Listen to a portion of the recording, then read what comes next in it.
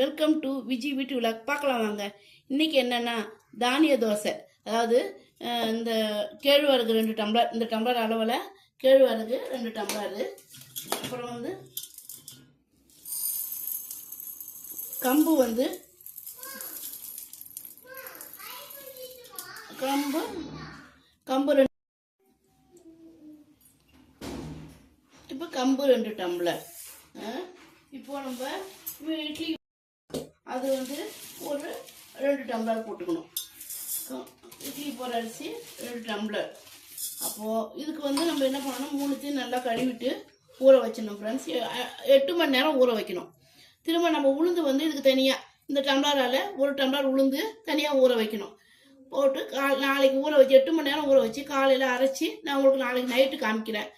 மாவு இட்லி தோசையாக ஊற்றுறோம், இட்லியை ஊற்றலாம் உங்களுக்கு எப்படின்றத நான் காமிக்கிறேன். அதே தானியத்தை கழுவி வச்சுட்டேன். நாளைக்கு காலையில் பார்க்கலாம்.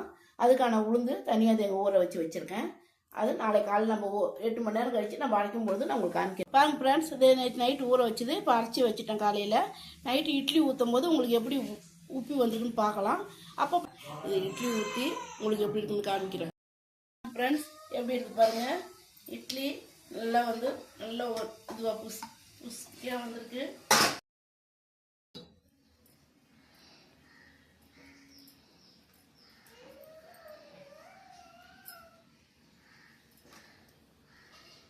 பாருங்க.